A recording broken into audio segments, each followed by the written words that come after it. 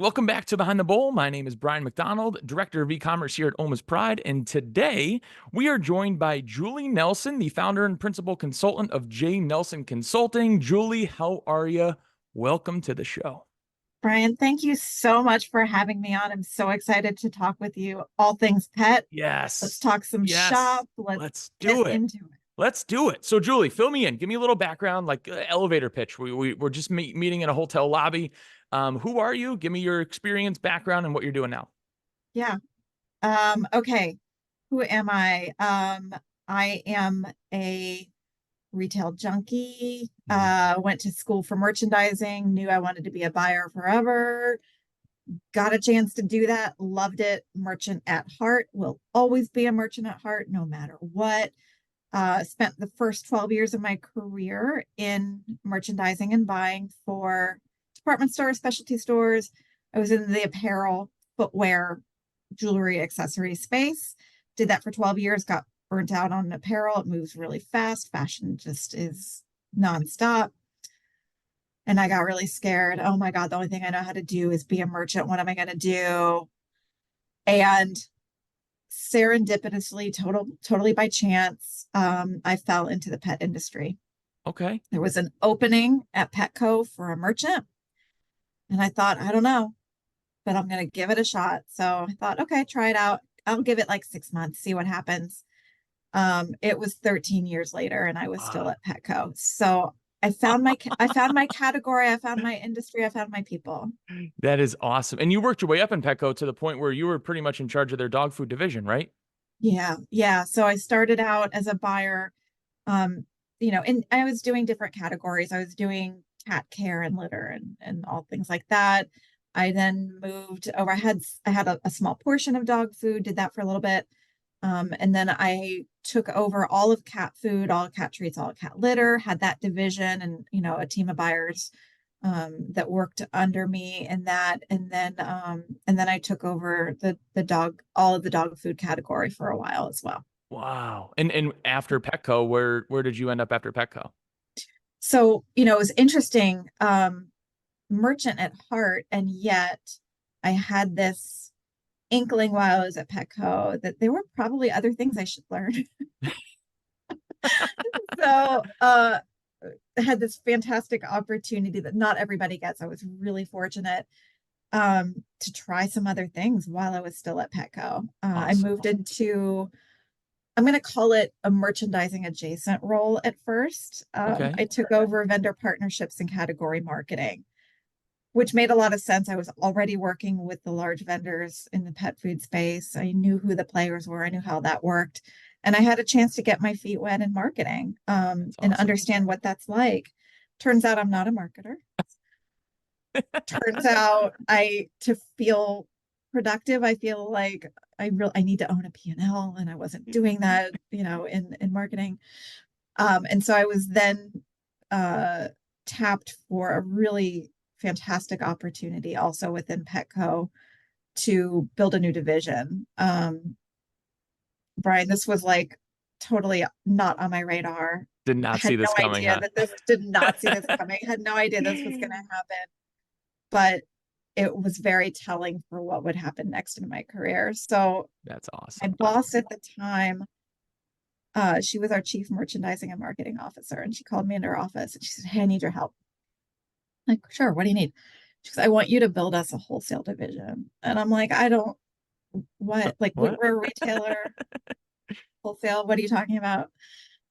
And so there was this hypothesis that Petco had a really broad category, across every category, a portfolio of private label products, Okay. in-house designed, sourced, good quality, any type of solution that you might need. And there was a hypothesis that probably there were retailers out there internationally that could benefit, not just from the products, Mhm. but from, quite frankly, my know-how on how to promote it, market it, merchandise it. The Sure. idea was take all of that, Julie, tied up in a pretty bow and go and sell it internationally. That's And I was like, awesome. sure, Let's okay. do it. Yeah. I like a good challenge. Uh, So that so lasted a while. so that was about 2 years. Okay. They gave me some resources, not a lot of resources. Built a small team, Hmm. front of house, sales and business development team, a small back of the house.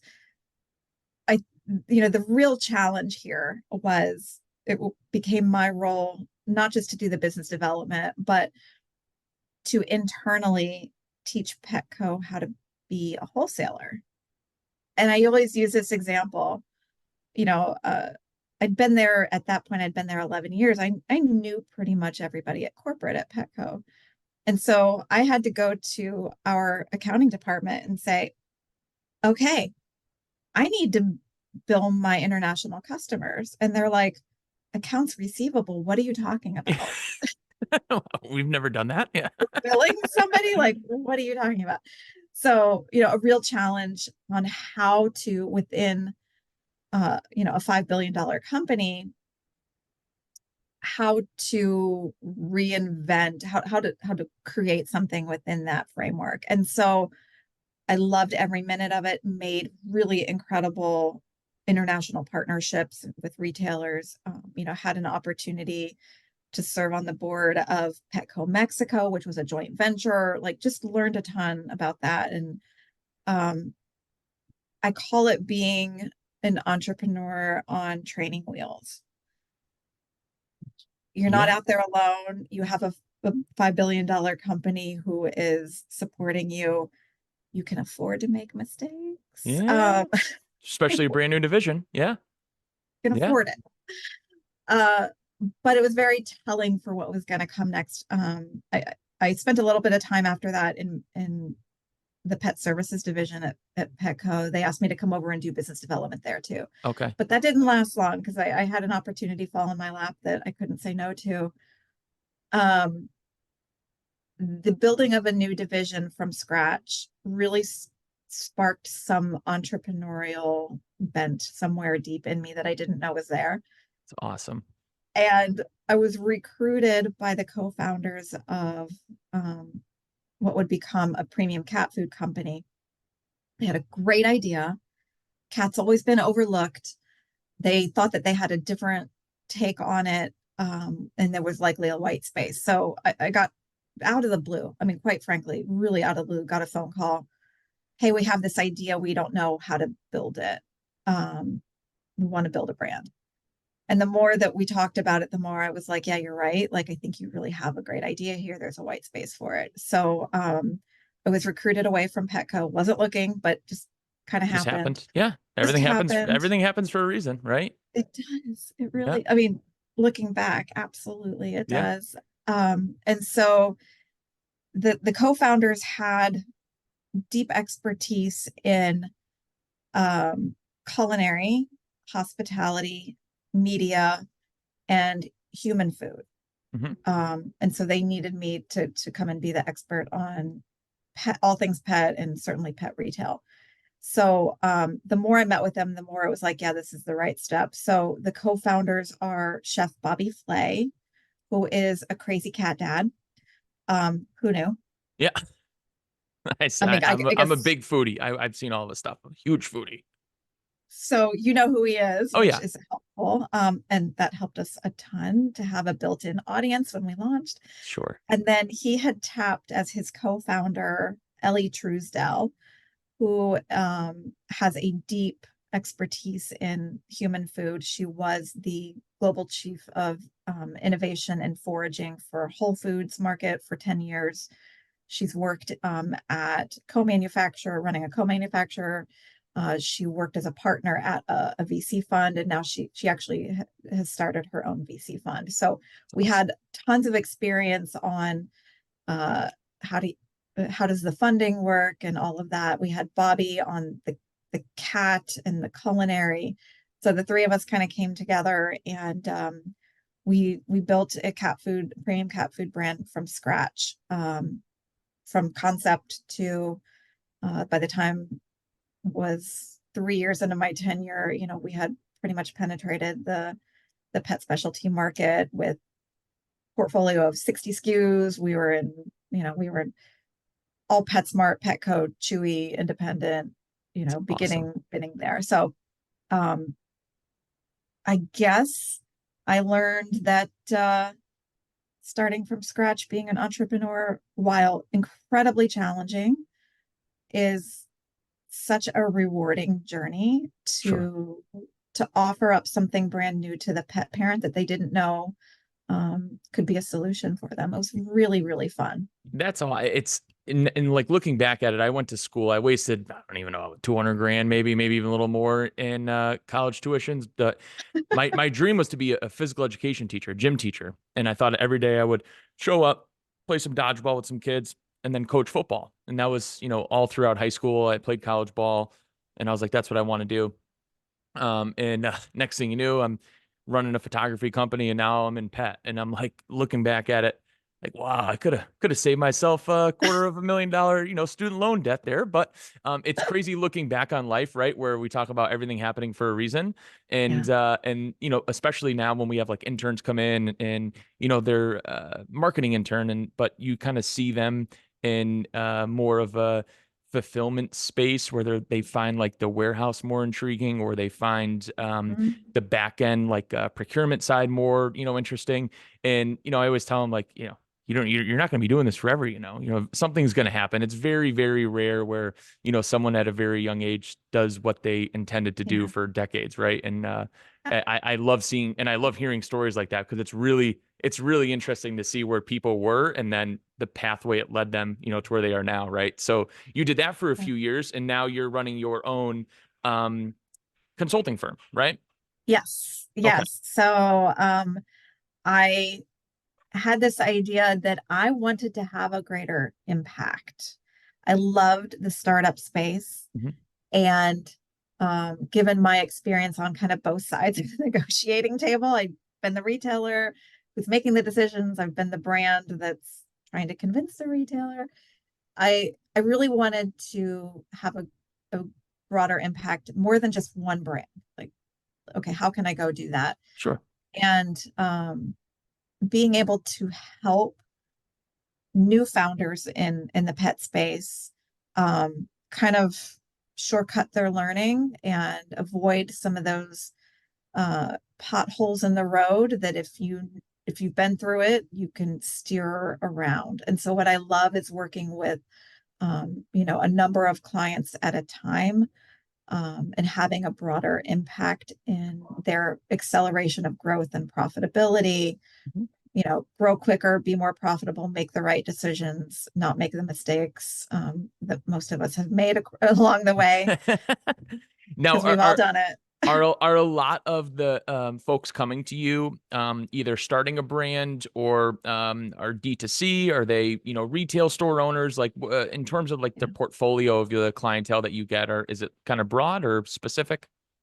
Yeah, I like to focus on brands that have a little bit of traction. So Sure. not just from concept, but do have a product. And maybe they've been dabbling in, like you said, maybe they've got a little success in one channel. Maybe it's D2C, right? Hmm. And I've had a number of people come to me with that, and they are interested in determining, is retail for them? Yeah. Yeah. It's not for everybody. Is it for them? And if so, what should that strategy be? So I have a lot of clients coming to me in that space. I also, I serve as a fractional chief commercial officer. So depending on what stage they're at, they might need that, or Sure. they might need to just, and the early part of it, let's get their strategy set up.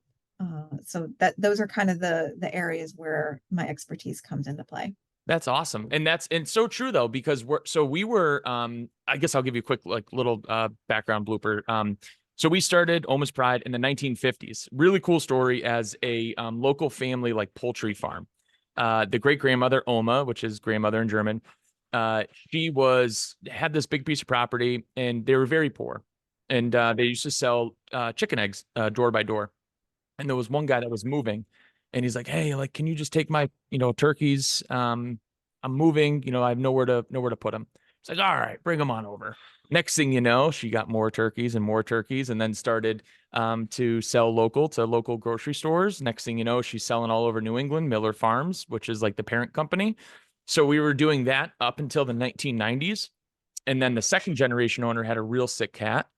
Looking out the window, saw wolves eating animal carcasses. And Hmm. her dog was very, very sick. And she's like, you know what? I'm gonna try to give my dog some like chicken necks, some giblets, vegetables. Next thing you know, dog's healthy again, chasing fly balls in the backyard. And this was in like the mid 90s. And she's like, well, something's to be said about this whole thing, right? So Yeah. she packed up those like old school, like tin aluminum coolers and would just like drive to like local farmers markets and shows. And, people would be like, you're nuts. I'm not feeding my dog this, right? This isn't dog food. And, she just like kept at it. She was a real pioneer, trailblazer, and it stuck. And that was Oma's pride. So, yeah, we've been on the same family farm, which is transformed into like a USDA or USDA kitchen and facility where all the product, all the ingredients come in. It's manufactured there. And then where I'm at now is like our fulfillment center. So we're like 2 towns over and everything's Okay. fulfilled here. So it's, yeah, it was D2C for forever and all local. And then the fourth generation owner now, Adam was like, "Hey, we really need to amplify the message," because I think that's the hardest part too when you're starting a brand is, especially like a family-run brand. You get so good at what you do locally, and it's extremely hard to amplify your message across the country or even across a region. So that's where he brought me in. Hey, Brian, we really need to amplify Oma's here. You're loud. Let's make it happen. Right. So I came from the outdoor space, which is a little bit different than pet. And Yeah. a lot of stuff that I couldn't utilize in the outdoor space because of restrictions on Google and social media and advertisements and all that stuff. So uh, yeah, I had to get creative in the space that I came from.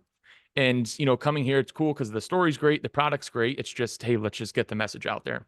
Well, Yeah. D2C was great for a long time, and we just started selling to retail last year through PFX. So we're with Yep. under the PFX portfolio, and then we also are with Packer Mellum. So Packer Mellum Right. helps us out a lot. They're awesome, really good folks over there.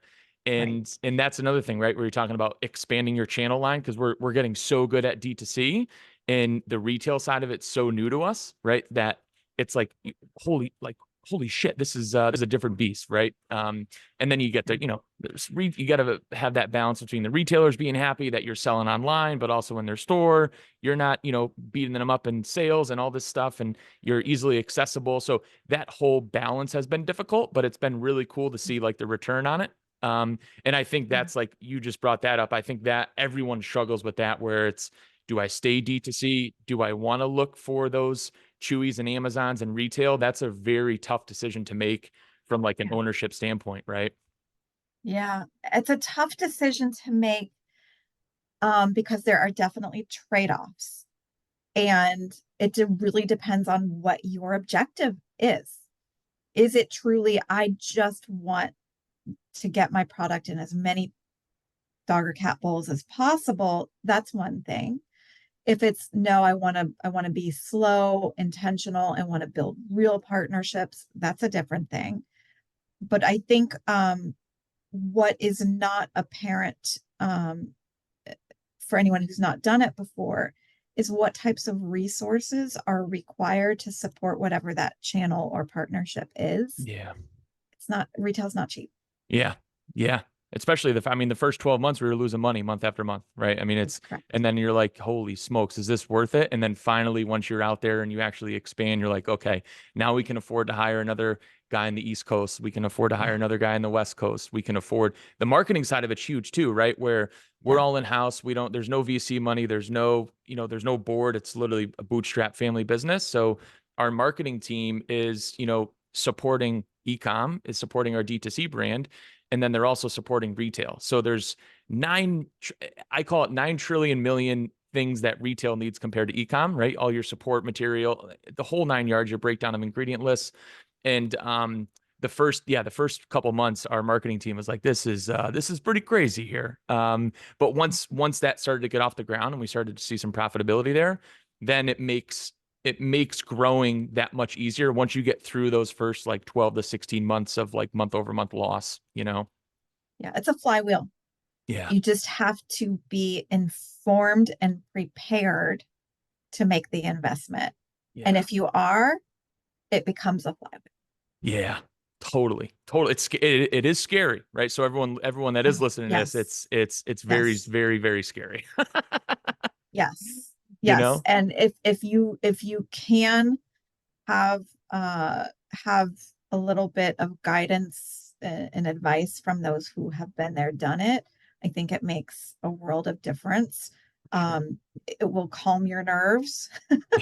It will be, yes, every week there's going to be something new. That's the nature of it, but you will be prepared. Yeah, for sure. And that's where you come in. It's like, you know, you've already seen the errors, you've already made the mistakes yourself, you've already been through it where, it's I can tell you for one thing, figuring out yourself is a hell of a lot harder and it costs you a hell of a lot more money than, if we were to go to someone like you a year ago, right? So it's really cool to see someone that's offering that pathway because it's you know, it's a different, like I said, it's a different ball game. Don't get me wrong, I'm the director of e-commerce. I love D2C, but I also get pulled because wear a lot of hats here. And I get pulled into retail all the time. It's a lot more rewarding to see that side of the business grow just because it's a lot easier to build a D2C brand than it is retail, in my opinion. I can sit literally in bed for a week straight and, double our previous week's sales just by laying in bed. Where retail is obviously a lot more. You have to be out there, right? You have to get your Yeah. message out there. Yes. We have to be. We notice too on days where we're not, sampling as much as we were the previous quarter. Yes. Our numbers are dropping, right? You always have to be out there, and it's really cool to see that side of the business pick up because that's like the hardest. That was the hardest part for us was like riding through that really rough wave, you know. Yeah. Um, what Yeah. now in terms of the independent pet space, right? Where like brands like us, for instance, Mhm. you see a lot of like more, I call them like gourmet or higher end brands that aren't necessarily your Target, Petco, PetSmart brands, Mhm. where obviously we're more expensive. And now, when you come across brands like that, is it Mhm. harder to expand them in the independent pet space than someone, let's say, that is like middle of the line, lower line quality, but is more accessible within those like big box stores? Like, which route do you believe is like the harder route to get people down? They're both hard. And I think again, it kind of comes back to what's your objective. So just from a financial standpoint, the challenge of trying to grow an independent is it's not just two parties needing to make a profit, the brand and the retailer, because you're selling direct Hmm. to Petco or PetSmart or Pet Supplies Plus, even you can sell direct there.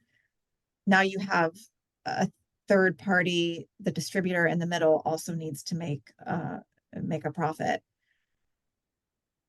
It makes it just that much more difficult to have enough margin and enough profit to spread around and allow everyone to share in that pie. Sure. That's the difficulty, one of the difficulties on pet specialty. Um, I'm sorry, on the indie. The difficulties on Petco and PetSmart, and we can lump Chewy into this, I think, as well, Sure. um, is the immediate overnight large scale distribution means that you have got to be able to supply consistently Mm, through your supply chain. You've got to be ready for the volume. yeah.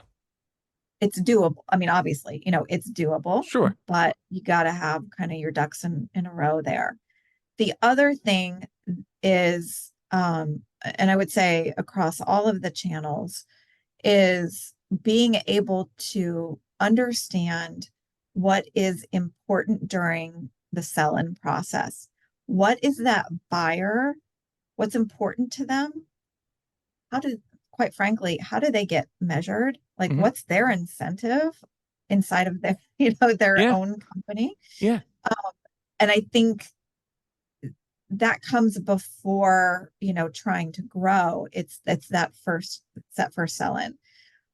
Um, I'm finding that because I spent many, many years being the decision maker at the retailer, I'm able to coach my clients through here's what's important to the buyer, Here's how you need to present it. Here's what you can and cannot negotiate on. Yeah.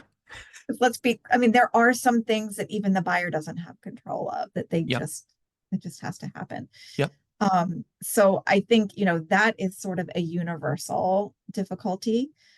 In terms of your question of, a more premium product, how can you make that grow? My suggestion, and I love that sounds like this is where Oma's is, starting with whatever region or two, and maybe Hmm. you're doing this with PFX, is, you know, where can I, where can I start in retail in a region or two, get that traction, get your units and velocity where you need it to go, and then build from there. So if you're not going to go, to the national right away, my suggestion is always Piece by build piece, it in huh? a region or two and add Yeah. on. Yeah. And the other thing too, so we were in a meeting a few months ago. I just find this interesting because I feel like a lot of brands have a difficult time, especially in the raw space where your gently cooked obviously is more of a of an easier, more warm, easier buy for the consumer, right? When they're in, especially when they're in retail. It just looks, it's more of a connection to human food, what they eat. So like psychology wise, it's like they're just buying food from them. And that's like the one hardest that was like the hardest thing for us to get over, where hopefully essentially what we had before was, we sell in bricks, in different variants. We sell like portion patties and bags, but for really someone to try our food, it's like, I don't really want to spend the $50 or $60. There's really Yeah. so there wasn't any options for us to really gain that consumer without losing money and giving away samples to stores, which, when you give away samples to stores, they're just bringing them home and, they're not really giving them out to friends and family. So we have it's being released soon, but it's going to be like a retail ready open box that 1 pounders go inside of, so they can easily merchandise where a consumer can go in and be like, all right, well, I'm going to try their food, but I don't have to spend the 50, 60, $70 Mhm. anymore. I can just grab like a 1 pounder for 10, right, or 9.99. And that's Yes. I'm seeing that a lot, right, in the gently cooked space. Yes. And there's a few other raw brands that have started to do it, but that's like the hardest part is how do you, since our product is, in 1% of bowls across the United States, and it's a lot harder to get someone to switch from kibble to raw. It's a lot easier to get them to move from kibble to gently cooked, or, whatever you want to call it, is how do you really compete with what's doing well for the consumer psychology piece of it in the store? And we're just trying to keep like matching that, even though it's our product, but it's just merchandised and showcased a different way in the store. And that was like a really cool conversation that we were all a part of a few months ago, because little things like that you normally wouldn't think of. It's like, why isn't my product moving out on the West Coast? Well, the West Coast, they're in the stores 2 or 3 times as more as they are in the East Coast. They want to go in there, grab, 2 to 4 ounce treat bags. They don't want anything bulky. They want to grab, 1 or 2 pounds of food and call it a day. They'll be back in a week or two. And Yeah. that took us like a year to like get over the D2C aspect of, we sell in bulk online. Everyone's buying a shit ton of food online. And Yeah. retail, it's like the complete opposite. And that was just, Yes. I Yes. find that fascinating. Fascinating. Yeah. It's really, really cool.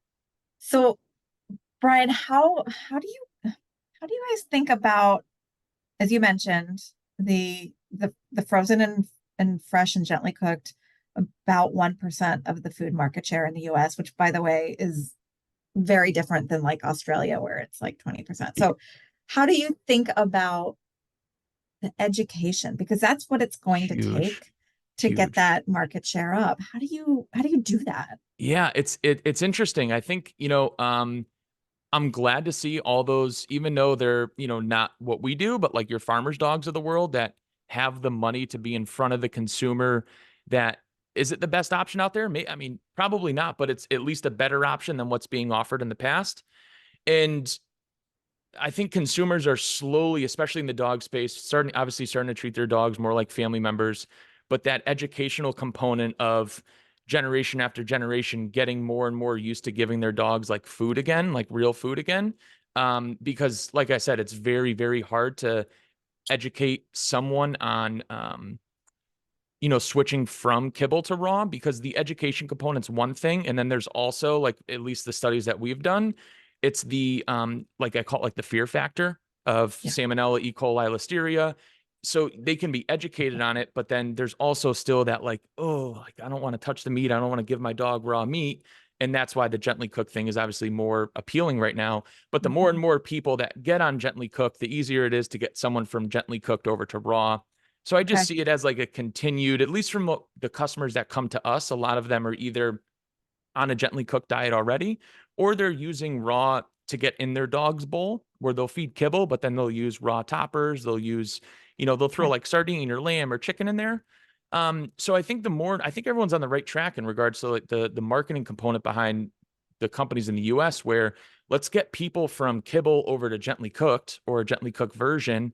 And then we can get them over from gently cooked, not necessarily to raw. Raw's not for everyone. I'm not one of those like raw guys where it's like, you don't feed your dog raw. What are you nuts? Obviously I would honestly say, Julie, that over half of our customers are half and half. So they'll feed Okay. one meal kibble, one meal raw. Okay.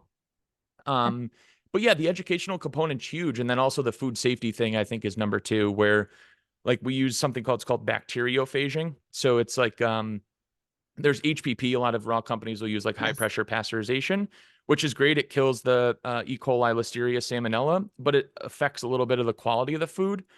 Where bacteriophaging, it's more expensive. It's 20 to 25 cents a pound, depending upon how much we're ordering Wow. to put Mhm. inside.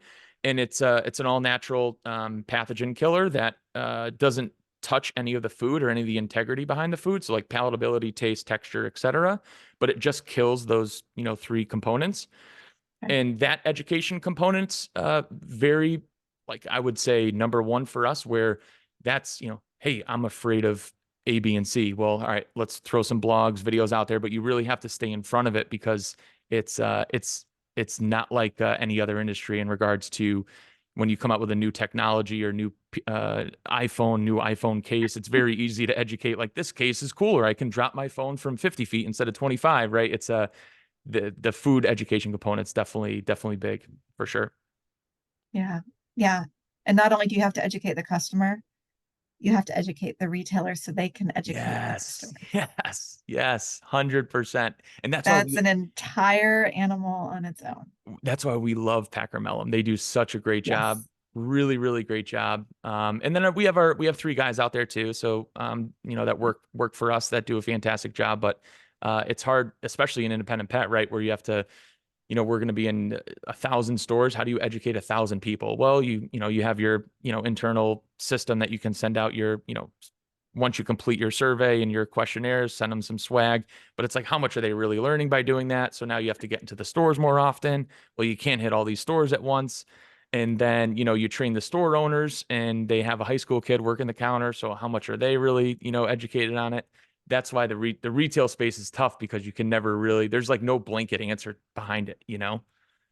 Um, but yeah, that's what we're finding. But it's definitely really cool once you get into stores that like truly care and like really really learn your product, and especially the ones that use your product because they're always gonna be the ones to talk it up. But obviously, the most important piece of it is since we're smaller, it's how do we get our margins better for the stores now because they're obviously gonna push a 50 or 60% margin product no matter if they like it or not over ours, which is 30 to 40, right? Yeah. So that's like Yeah. that's the other piece that's really hard too is getting your costs down that no one really, likes to talk about because it's tough. It's tough. In this environment right now, that is really Yeah. tough. Yeah. It's really hard, but it's fun. We were actually looking at our woof recipe, which is essentially our like AFCO complete meal. Okay. And we're sitting there and like this now, mind you, this is family run business, for decades.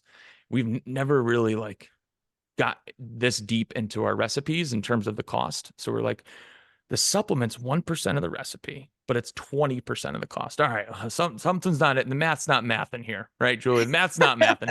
So like doing all that stuff. Now we're able to, by replacing that with literally the same exact product with a different company at a cheaper cost, we're able to give the retail, more of a margin. So all that stuff adds up, which in return helps us continue to grow and grow. But that's yeah, it's part of the daily struggle, Julie. It's part of the daily struggle. For sure. For sure. But yeah, Yeah. listen, we have just like a minute left. I'm going to literally say thank you so much for coming on. It's been an Thank absolute you. pleasure. I could talk to you pretty much all day. Now, I would talk to you all day if it wasn't Friday afternoon, because Friday afternoon, my daughter's got dance, and then after that, we go outside, play with the kids in the neighborhood. It turns into an Yeah. absolute, disaster by 6 o'clock. Melee. Yeah. Oh, it's a gong show at the house. Oh, it's brutal. But no, seriously, thank you so much for coming on. I really, really appreciate it. It was great meeting you. So nice to meet you. Thank you for having me on. It's such a pleasure. Absolutely. We'll talk soon, huh? Yeah, talk soon. Take Thanks, care. Brian. Bye, Jules. Bye.